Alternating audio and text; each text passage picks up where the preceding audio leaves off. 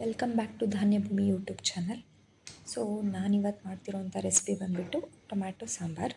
So ಇದಕ್ಕೆ ಬೇಕಾಗಿರೋದು onion, tomato, ಕೊರಿಯಾಂಡರು, ಆಮೇಲೆ ಕರಿಬೇವು ಅದೆಲ್ಲ ಬೇಕು. ಆಮೇಲೆ ಕೊಬ್ಬರಿ ಕೂಡ ಬೇಕು.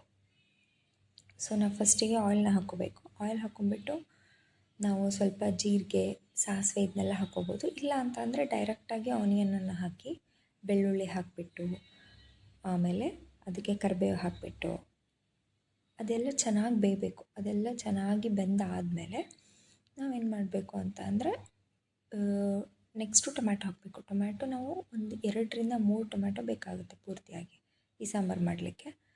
ಸೊ 2-3 ಟೊಮ್ಯಾಟೊ ಹೆಚ್ಚಿಟ್ಕೊಂಡಿದ್ದನ್ನು ಹಾಕಿದ್ವಿ. ಇದೆಲ್ಲ ಹಾಕಿದ ಮೇಲೆ ಇದನ್ನು ಹಾಕ್ತೀವಿ, ಕೊತ್ತಂಬರಿನ ಹಾಕ್ತೀವಿ.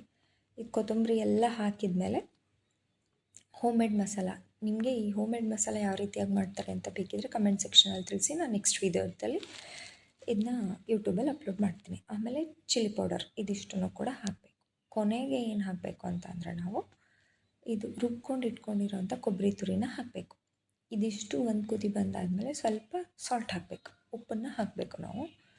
ಉಪ್ಪೆಲ್ಲನೂ ಕೂಡ ಹಾಕಿ ಆದಮೇಲೆ ಇದನ್ನ ಸ್ವಲ್ಪ ಏನು ಮಾಡಬೇಕು ಅಂತ ಅಂದರೆ ಇದನ್ನ ಚೆನ್ನಾಗಿ ಬೆಂದಾದಮೇಲೆ ಗ್ಯಾಸ್ನ ಆಫ್ ಮಾಡಿಬಿಟ್ಟು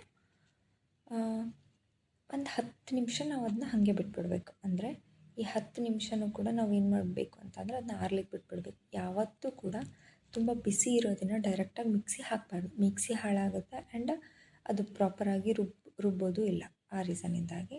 ಸೊ ನೆಕ್ಸ್ಟ್ ಏನು ಮಾಡಿದ್ವಿ ಅಂದರೆ ಡೈರೆಕ್ಟಾಗಿ ಒಂದು ಮಿಕ್ಸಿ ಜಾರ್ಗೆ ಮಾಡಿಟ್ಕೊಂಡಿರೋವಂಥದ್ದನ್ನೆಲ್ಲನೂ ಕೂಡ ಹಾಕಿಬಿಟ್ಟು ಕಂಪ್ಲೀಟಾಗಿ ಪೇಸ್ಟ್ ಆಗೋ ರೀತಿಯಲ್ಲಿ ನಾವು ಅದನ್ನ ಕಂಪ್ಲೀಟಾಗಿ ರುಬ್ಕೋಬೇಕು ಪೂರ್ತಿಯಾಗಿ. ಅದು ರುಬ್ಕೊಂಡು ಆದಮೇಲೆ ಯಾವುದರಲ್ಲಿ ನಾವು ಫ್ರೈ ಮಾಡ್ಕೊಂಡಿರ್ತೀವಲ್ಲ ಅದೇ ಬಾಣಲೆಗೆ ಸ್ವಲ್ಪ ಆಯಿಲ್ ಹಾಕ್ಕೋಬೇಕು.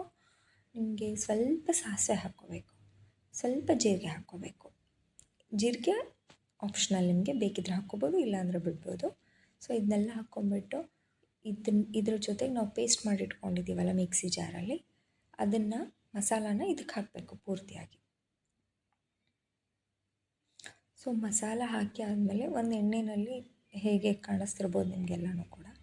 ಸೊ ಇದಕ್ಕೆ ನಿಮಗೆ ಎಷ್ಟು ಕ್ವಾಂಟಿಟಿ ಬೇಕು ನೀರು, ಅದ್ರ ಪೂರ್ತಿ ಬಾಣಲೆ ತುಂಬಾ ಕೂಡ ಸಾಂಬಾರು ಮಾಡ್ಬೋದು. ಅಥವಾ ನಿಮಗೆ ಥಿಕ್ನೆಸ್ ಅಂದರೆ ಗಟ್ಟಿ ಸಾಂಬಾರು ಬೇಕು ಅಂತಂದರೆ ಸ್ವಲ್ಪ ನೀರು ಹಾಕ್ಬೋದು. ಇದನ್ನೆಲ್ಲ ಹಾಕಿಬಿಟ್ಟು ಒಂದು ಕುದಿ ಬರೋ ತನಕನೂ ಕೂಡ ನಾವು ಕುದಿಸ್ಬೇಕು. ಒಂದು ಕುದಿ ಬಂದಾದಮೇಲೆ ಸಾಂಬಾರು ರೆಡಿ ಆಗುತ್ತೆ. ಈ ಸಾಂಬಾರನ್ನ ಅನ್ನದ ಜೊತೆಗೆ, ಮುದ್ದೆ ಜೊತೆಗೆ, ಆಮೇಲೆ ಲೈಕ್ ನೀವೇನಾದರೂ ಜೀರಾ ರೈಸ್ ಮಾಡ್ತೀರ ಅಂದರೆ ಅದ್ರ ಜೊತೆಗೆ ತುಂಬ ಚೆನ್ನಾಗಿ ಟೇಸ್ಟ್ ಕೊಡುತ್ತೆ.